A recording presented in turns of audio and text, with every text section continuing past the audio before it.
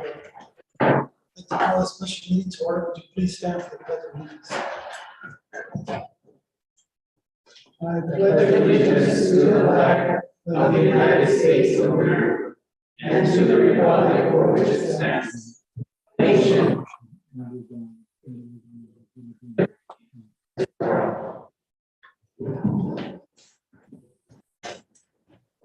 Thank you. Roll call, please. Mayor Donald Hewish. Here. Yay. Welcome, Mayor. Mayor Pro Tem Margaret Morales. Present. Councilmember Mitch Lindemann. Here. Councilmember Dania Acosta. Councilmember Ray Shelton. Here. Councilmember Michael Valdenegro. Present. Councilmember Jose Quijada. Here. City Manager Ana Urquijo. Present. City Attorney Dennis Fitzgibbons. Here. City Treasurer Luis Pedrosa. Present. Thank you. And for the record, Mayor, Councilmember Dania Acosta is excused. Excellent, thank you. Item number 4, persons wishing to address the council in writing or verbally on any item not on the agenda. Do we have any requests received? Mr. Mayor, I do not have any requests. Item number 5, presentation discussion. Item A, alley cleanup. What's going on in our current ordinance and any alternatives? Mr. Pedrosa, please. We get the presentation.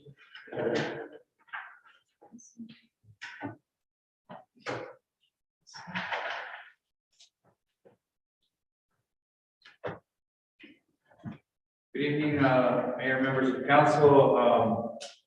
We received just requests to kind of present current conditions and some options that we'll present tonight for discussion regarding our alleys and just the issues that we're currently experiencing there.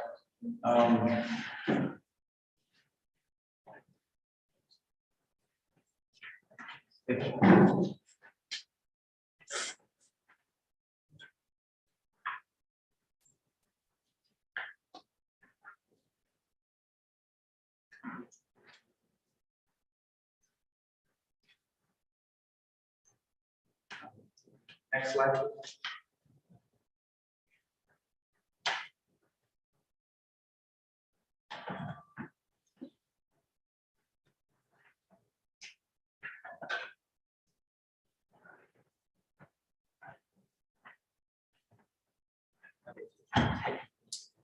PowerPoint.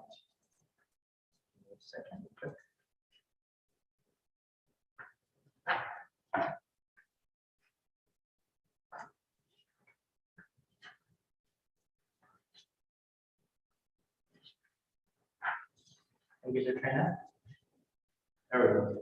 Thank you. So just to reference our Douglas Municipal Code as it currently states 8.321.140, public rights of way, owner of adjacent property to maintain. It says every person owning or managing or having charge, control, or occupancy of any real property in the city shall at all times maintain the adjacent street right of way from the private property line to the curb or edge of pavement, and the portion of the alley contiguous to the property to the center line of the alley, free of litter and weeds. Basically, the property owner is responsible from the edge of the curb to the center of the alley adjacent to the property. Just any citation issued for things like that, the fines would start at $25 for any violations. What are the current challenges with our alley cleanups? We have two of the major ones. Our first one, our most challenging one, is illegal dumping into the alleys. And I listed the items there based on popularity, I guess you could say. Mattresses is our first one, sofas, tires, tree limbs, and brush. Fines for illegal dumping anywhere in the city start at $50 and can go up to $2,500. The challenge with that is basically catching the illegal dumping being able to know who did it, how we 90% of the time it's not, we were not able to catch because we don't know when it happened. Number two is that homeowners not keeping up with the cleaning of the alleys, basically. So those are our biggest challenges.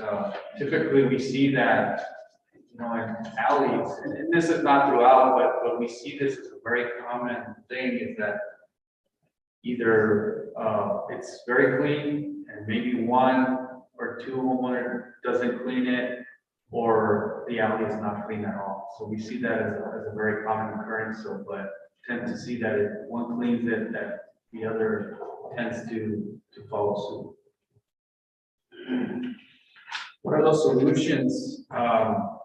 First and foremost, education, marketing, and enforcement are things that we do, but can do a little bit more of and improve upon.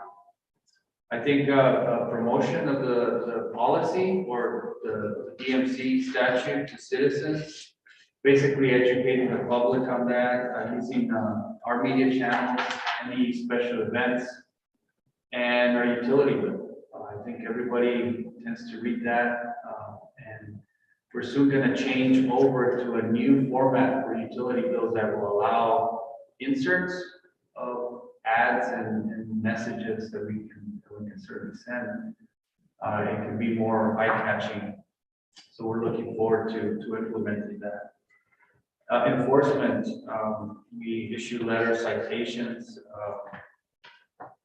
and more resources are needed. Obviously, there's a lot of ground to cover, and technology is something that we want to use to our advantage in getting a automated system that can produce letters automatically, flag accounts, follow up, you know, automated system that can inventory all these properties in a proper way. Concerns, but there's concerns with every solution, but this solution is an ongoing thing that we will continue to do. But concerns have always been the effectiveness of our campaigns. Are we reaching everyone, basically? And obviously, when we're issuing more citations, more complaints will be had. But obviously, you know, we expect those. Number two, a chipper program. We currently have a chipper. It's a 1996 chipper that we try to get working. We actually did an event a couple of weeks ago to free to the public to drop off tree limbs and brush that can be chipped. It was quite successful, but realized that the equipment is not suitable to handle these on a regular basis. But in talks with the county, we are hopefully going to be in partnership with them to purchase a new chipper that's about $50,000. And the county basically fronting most of that cash to purchase a new wood chipper. What does I guess what does a chipper do for the city? And in setting up a regular program, we can host quarterly events that can keep those tree limbs out of the transfer station, out of our tipping fees that we pay. So cost savings back to the city, cleaner areas as well. Additional benefits include that the clippings can eventually be turned into mulch, kind of like the mulch that we see at the stores. If processed correctly, it can be turned into fertilizer for grounds. So we're actually in talks with the county and city of Sierra Vista, who in Sierra Vista have a mulch program by the city, trying to see what those costs are and what the process entails. It can also be a potential revenue source if we choose to do that. The mulch can also be used for playgrounds, open spaces, tree wells. Mentioned that the city saves money in at the transfer station and keeps areas clean, but it also lengthens the life of that transfer station. Although we don't operate it, but it's certainly serving the population of Douglas. Those tree limbs are bad for the transfer station. They don't do good in crushing that. So try to keep those out of the station. Concerns with this solution are obviously, program and cost and resources required. And also what happens if we don't really recycle everything? Eventually we need to dispose of it. Number 3 is the city, the option with the city collecting mattresses and sofas.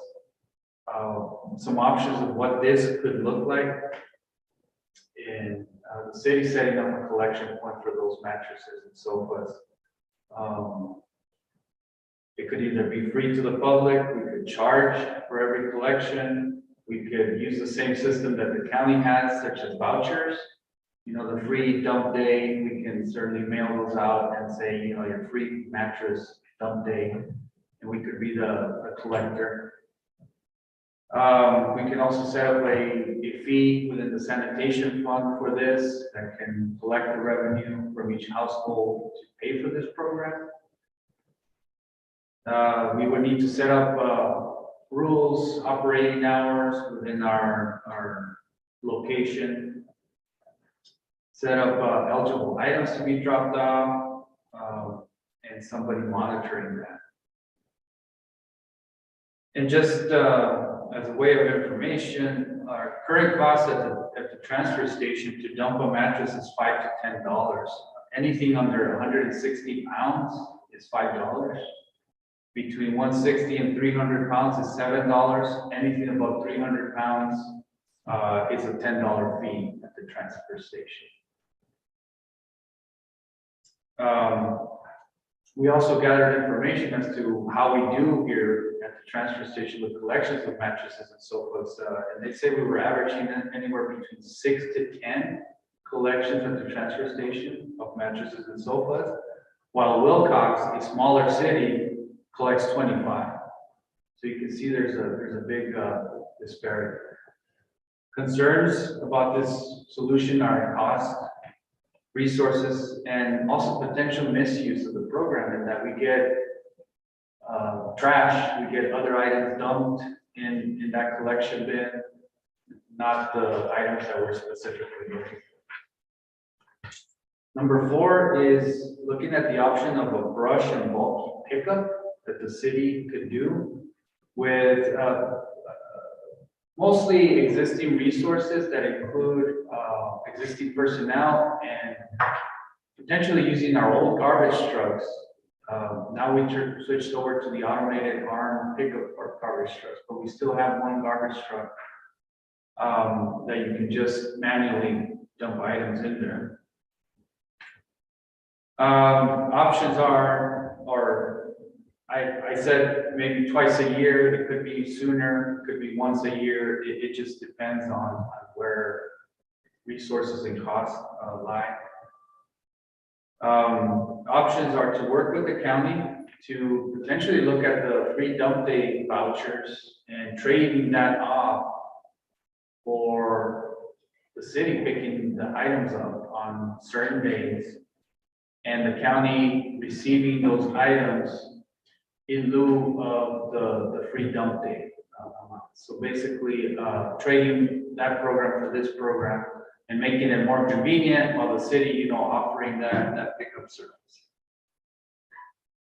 What the county is doing for us is they're gathering data from prior years to know what the tonnage of garbage that they've collected using the voucher program.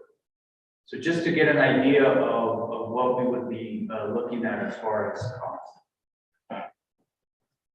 Concerns again would be that the cost of the program is greater than the existing cost of the voucher program, and potentially more personnel and equipment would be needed to execute that. Where are we today? Basically getting We continue to receive numerous complaints regarding alleys and illegal dumping. There are some unsightly locations.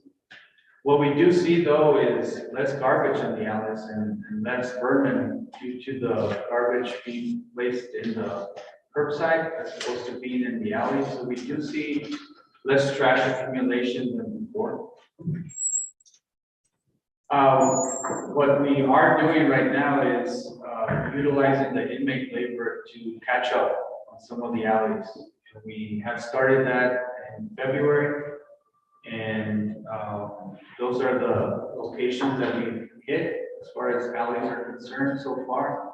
This includes weed eating, trash pickup, cutting down vegetation. So we are addressing all the alleys in the city. If resources maintained, we could potentially hit up the whole city through June. And I say that because potentially the inmates may not be as available due to numbers in the prison going down, and some of those inmates basically serving their time and going back. So the numbers that are at an all-time low, and that could affect our workforce here. So, but that is something that we've taken upon for us to really take on and catch up with the alleys, and then, you know, the idea is to continue our education, marketing, and enforcement program. Again, this year, continue utilizing the inmates to catch up, enforce the alley, education campaign, chipper program. Again, we're moving forward with that. And in this year's budget, we've received requests for more resources on the code enforcement side, both on the technology and personnel side. So we'll be considering that. And we continue to research these pilot programs presented to you and researching those costs and resources that would be needed to be able to execute some of these programs.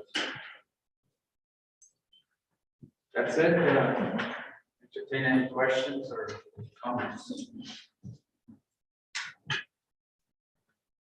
Yeah, thank you. Yeah, thank you very much for doing this. That's a lot to look at. And now, since garbage is not collected in the alleys, a lot of people just forget about it. Of course, they forgot about them anyway, a lot of times. But now you just don't even think of the alley. Now that way, according to ordinance, it's responsibility of the household to do that. How about areas? I've noticed there's still some areas out there with tall dead grass right next to a house or between houses. Are we doing anything about that?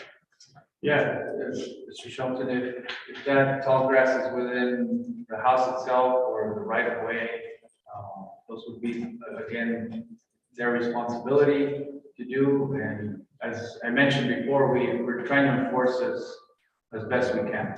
Okay, thank you. Thank you, Mr. Shelton. Mr. Montenegro? Mr. Perosa, do we have anything in place for the elderly? There's a lot of residents, they're widows or little known, and they can't maintain the alleys. Do we have the community that must get back to them, or do we have the work crews that could go out there? Like, I know that some call ahead, so they can put the garbage dumpster out to the curb. I don't know if we can go out that list to help those people that live that have problems with their alley, not being able to afford it up. Mr. Montenegro, currently we don't have a program for that to clean yards. That could be something we could look at. And yes, you're correct on the garbage. They do have to present disability paperwork and or meeting the, I believe it's 60 or 62 years of age, showing that they cannot roll out their garbage can, and we do provide that curbside assistance to roll out their garbage can. But as far as the city having a program in place to help cleaning yards or alleys or things like that, we do not. But like I said, what we're trying to do right now is to catch everybody up and to hopefully get all the alleys. We did the right of ways last year. We got most of the right of ways addressed through our own work crews. This year, we're trying to address all the alleys as best we can, but our workforces, like I said, are not through DOC. We really know that through the pandemic, we lost them. Through potentially we could lose them now that their numbers are low. So we really don't have the numbers or the staffing to really do a full-fledged program that can be consistent at this time. Thank you. Is that- Yes, Ms. Christie, Ms. Morales? So you're saying that the homeowner has from the alley up to the center line that they're responsible for. So what if there's residences on the other side of that property line? That's living there, so who's responsible for cleaning that up? Is the city going to be responsible for cleaning that area? Ms. Morales, the property owner continues to be the responsible party, even though there may not be anybody living there, but it's the property owner, whoever that may be. Sometimes we have absentee property owners that don't necessarily check in on the property, but we do send letters. We can now issue citations over the mail, so we have some flexibility to still provide enforcement to those unattended properties. So I think you'll let you know of those issues that come up that side of our attention. Yes. And then one other question, I know there's, I don't know if it's still there, I haven't passed by there, but on the corner of 6th and G Avenue, all those mattresses that are out there on the empty lot, is there something that we can do in the city help to pick those up and dispose of them? This is, I think you mean St. Vincent de Paul. This has been an ongoing issue. We've been working with them for a while now. We've tried different solutions as far as cameras and signage and things like that, but it still continues. I think the latest that they are considering fencing off the property. It gets really challenging to go and pick up garbage in private property for the city, since it's just gonna have to, what we're trying to do to solve that is a long-term solution, and basically helping them with disposing of those items is a cost, obviously. It's a cost, and we've kind of worked with them and saying, you know, maybe those items should not be accepted anymore. Maybe those items should be only accepted during these hours, but it's just, they need to run a business as well. They're trying to collect those items to sell, so it's kind of just been a back and forth as to what the best solution is. We just haven't gotten there yet. But potentially fencing off, good board off, more of those mattresses being left there, or sofas, and but it gets challenging whenever the city steps in to kind of help a private business or anybody that's there to collect that garbage. But we're kind of trying to find a final solution or long-term solution is what we've been able to. And to catch on with what Mr. Laganero said, I know, like you mentioned about the elderly, there's a lot of elderly people that are not able to clean up the alley, so maybe we can look at some type of program in the future to help these elderly people. Thank you. Thank you, Ms. Morales. Mayor? Also, that would be my concern too, is how do I identify the elderly that are seeking help? Do you do that after the fact, after they've received the enforcement notice? I would want to see that, because then you just, maybe somebody panic and say, oh my God, I gotta do this, I can't do it.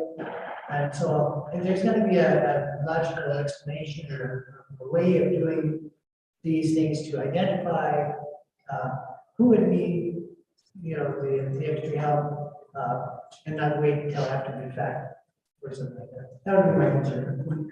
Thank you, Mr. Luna. I, Just a minute, Mr. Grijalva. Well, thank you, Mayor. Thank you for the presentation, Mr. Pedrosa. I mean, since it is an ordinance,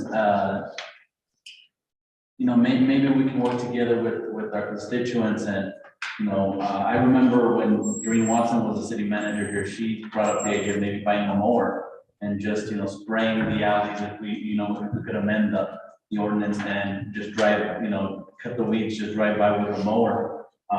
Maybe something like that. You brought up one of the ideas of throwing mattresses and all that.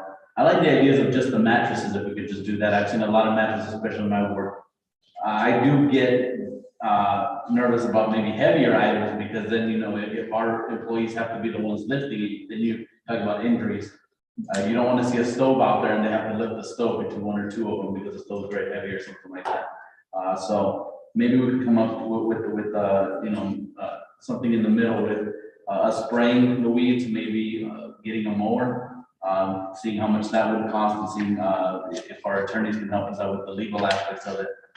So taking off the burden of the constituents, like it was mentioned, there's elderly out there. At the same time, you know, what if somebody is an elderly in the middle of the block and then next to them, they can, you know, cut their own weeds and all, and then next to them, it's somebody that's elderly or disabled too. So just having a simpler solution instead of, you know, picking and choosing or having one block, you know, being maintained by the city and the other one not. I think it'd just be easier to find that solution of maybe a mower, spraying it, and buying the stuff that's really strong that doesn't grow back in a year, and finding a solution there. But thank you for this, and hopefully it comes back to the council and also to our constituents. I'd like to hear what our constituents think about this, and maybe their ideas, what they think we should be doing also.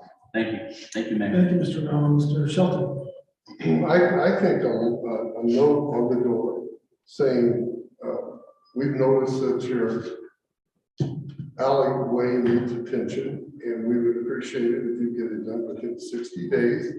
And if you need some assistance in doing this, please feel free to contact the city, give them the phone number. And then, well, we might want to charge them $15, $20 or nothing. I don't know, whatever everybody would decide on to, you know, to get their alleyway clean. Thank you, Mr. Shelton. I have a couple of suggestions that are based on some of the items that you mentioned. I really wish we could work closely with the prison and have their crews come out, you know, an expanded crew. And we, of course, provide the weed eaters and the rakes and all that kind of stuff, and literally go through the city twice a year, quarterly. But I think it's something that I think, based on the community, that they're part of our community. I think they, not that they owe us, but I think they should work with us and try to get that done. So I think that needs to be pursued. Then I also, you mentioned we still have an old garbage truck. And I'm wondering if we could trade the county our vouchers for different parts of the city each month, go through. Of course, it'd be scheduling. I would go through on a Saturday or whenever, Wednesday, and pick up those extra items. And so people would know that they can't put them out until that day of the year to do that. So I think those type of things, we came up with a lot of good ideas. I think those maybe could be pursued also. We appreciate it. There's lots of work to be done, and that's one of our main goals as the council is to make sure our city becomes even more beautiful. We're beautiful on the inside, now we need to become a little bit more beautiful on the outside. Do that. So thank you. Can I make a suggestion before we leave this topic? Please, Mr. Green. I can't help but remember that, of course, when I was growing up, it was snow. And we enterprising young kids went around and we showed people's walks and driveways and stuff like that for, you know, $2, $3, $5. And I wonder if there's a way, I realize liability in this day and age gets in the way of a lot of stuff. But maybe there could be a way to get, some kind of a youth program to say, you know, we can, fund this kind of a thing, everybody just take a Saturday morning and have it. Thank you, Mr. Cleaver. Mayor. We'll go on. I think we've had enough. I apologize. Item 5B, naming of city facilities, it's been, the question has been asked, what are our guidelines, and so that's what I would have in this study session. Ms. Marquez, please. Thank you, Mayor, members of the council. As Mayor stated, we have received a recent request at the last couple of special meeting and regular meeting to consider naming of a playground. We have in the past month or so sent to council members the resolution on file establishing our program and criteria for that type of process. So today we thought it would be good to present on that, to entertain discussion on the actual criteria and the steps to actually, that are established already by resolution for many years ago, to actually go through that process. Some of the other city clerk will actually see that presentation.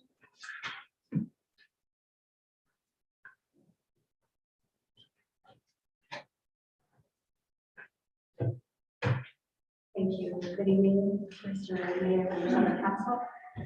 So we'll go over the some of the guidelines that we have pursuant to resolution 10666, the established guidelines. And as far as the agenda are enumerated, naming, descriptive naming based on financial contribution, land donation or facility donation, and the last one is naming and renaming of that process.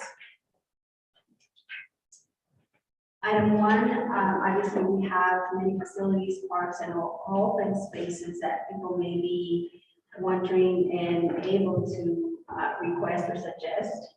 So what we have is, if we name after an individual, whether living or deceased, when honoring a person by naming a facility, he or she should be someone who has significant association with the facility, or be an outstanding citizen of local, state, or national prominence. Descriptive naming: why is a geographic landmark or area significant? Why should the facility be named after the geographic landmark or area? Is the proposed name culturally sensitive? And we have several steps for that. Naming based on financial contribution, land donation, or facility donation. An individual or family may make a substantial contribution at one time or over a period of time towards the development of a city facility, park, or an open space, who at the time may donate land or an existing building for public use and benefit. In such instances, consideration may be given by naming the facility after that donor. So here's the naming and renaming process. So it states nominations to name, rename, or remove the name of a city-owned facility, park, and open space must be submitted in writing to the city clerk.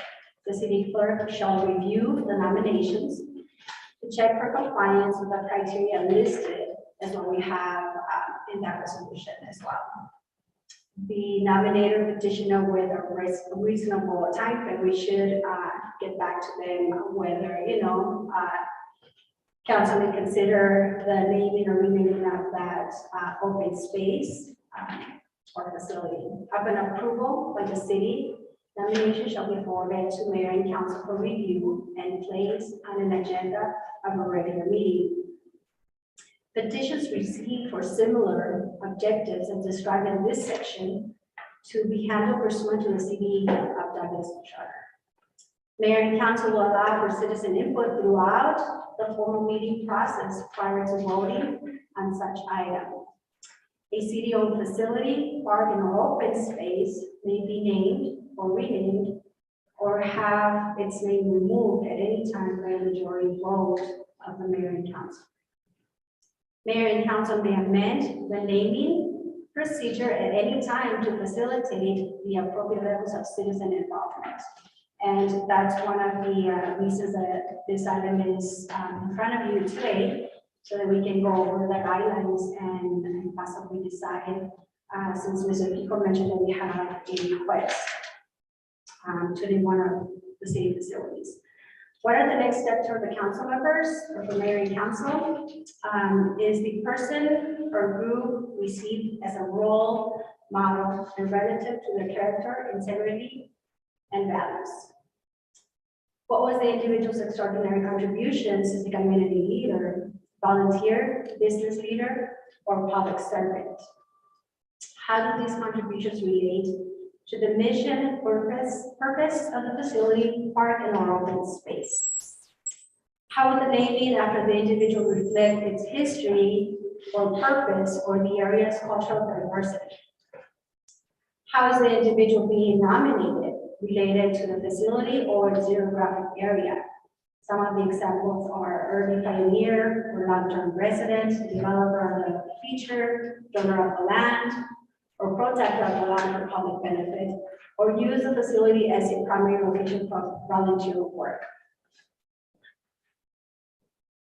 And with that, I can answer any questions. And let me just give you some, since the implementation of this ordinance, obviously the first, resolution, the first resolution that was implemented was back in 1996 with the first facility named after La Placita del Sol, which we have on G Avenue.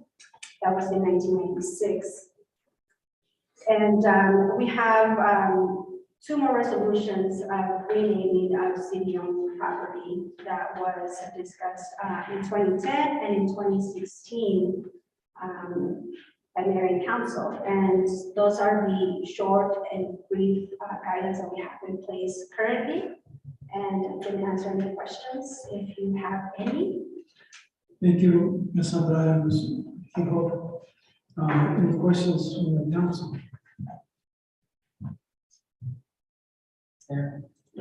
Mr. Valeriano. Ms. Andrade, how many people will need to sign a petition for it to become standard to be brought before the council on that? Councilmember Valdenegro and members of the council, our city charter is not specific on the number of signatures that an individual may submit on that petition. However, I recall once doing some research, and it could be up to 10 people submitted that petition. So it's not specific, but again, it could be more than 2, more than 5. And maybe our legal counsel can help us and say if, with his experience, if there's any state law that would state how many signatures are required on a petition. Mr. Fitzgibbons? Yes. Hi, thank you. Do you know of specific, if there is anything in place in state law that mentions the number of signatures that an individual can submit on a petition? Petition for naming something for the city? Is that the question for naming? I mean, I think we can follow our own policies as it relates to naming city buildings, city parks, things like that. I don't think state law would govern that.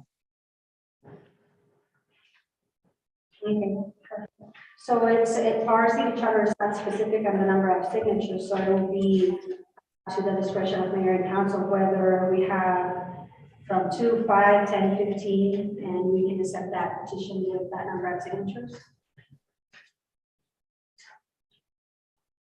That makes sense, Mr. Valeriano. So they can essentially submit a petition of 2 names. That's not According to, Thank you. I just wondered because it says here required petitions to be submitted.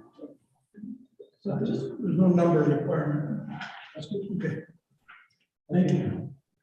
I would like to suggest to the council that, of course, when we consider any of these, that we use a pretty high bar in naming any city facility or open space or park after any.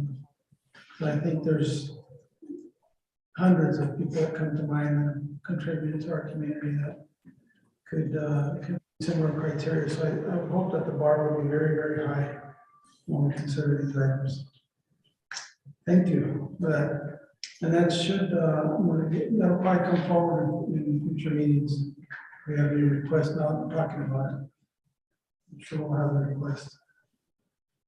Moving on to item number 6, A and B. Under the authority of, this is discussion decision to call for and conduct an executive session for the following items. Item A, under the authority of ARS 38-431.03 subsections A3, A4, and A7, to consider its position, instruct its representatives, and obtain legal advice regarding updates related to the potential sale of the Douglas Municipal Airport with parcel number 410-01-005.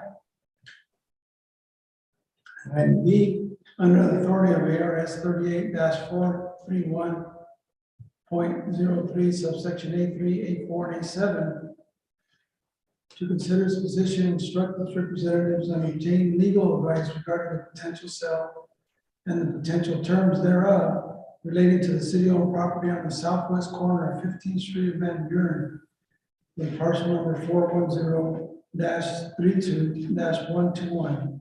May I have a motion to enter an executive session? Mr. Mayor, Mr. Shelton, I recommend that we go into executive session to discuss these two items. there's a second. Second. Motion by Mr. Shelton, second by Mr. Grijalva to enter into executive session to discuss these two properties. Roll call, Councilmember Lindemann, Yes. Councilmember Shelton, Yes. Councilmember Vallejo. Yes. Councilmember Grijalva. Yes. Mayor Pro Tem Morales. Yes. Mr. Mayor. please. Yes, motion carries. We enter into executive session at 6:12.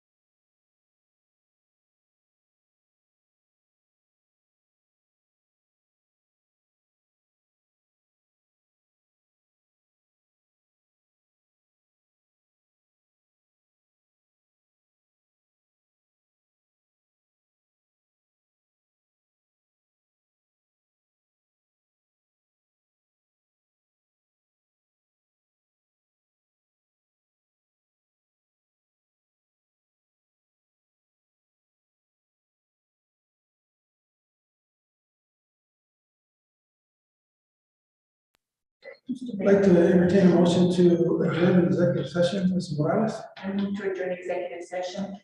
there a second? Second. Second by Mr. Valdenegro. All in favor, signify by saying aye. Aye. Any opposed, nay? The ayes have it. Come back to the regular session at 7:02 p.m. An update on the discussion regarding the airport, that property. We are continuing, staff is continuing diligence and looking at an appraisal that we've ordered. They're also pursuing any funding through our federal partners. Both our senator's offices and our Congresswoman Kirkpatrick's office. So we'll continue to pursue that as we also entertain any bids or proposals or ideas in regarding the use of the airport and development thereof. As far as the property on 15th Street of Van Buren goes, we received 2 bids that met the minimum requirements, and we will be deciding on awarding that at our regular meeting in May. That cover it, Mr. Kiko? Thank you. Item number 8, adjournment. May I have a motion? Mr. Mayor, Ms. Morales, I move to adjourn. is there a second? Second. Motion by Mrs. Morales, second by Mr. Shelton to adjourn. All in favor, signify by saying aye. Aye. Any opposed, nay? The ayes have it. We stand adjourned at 7:04. Have a good night, everyone. Take care.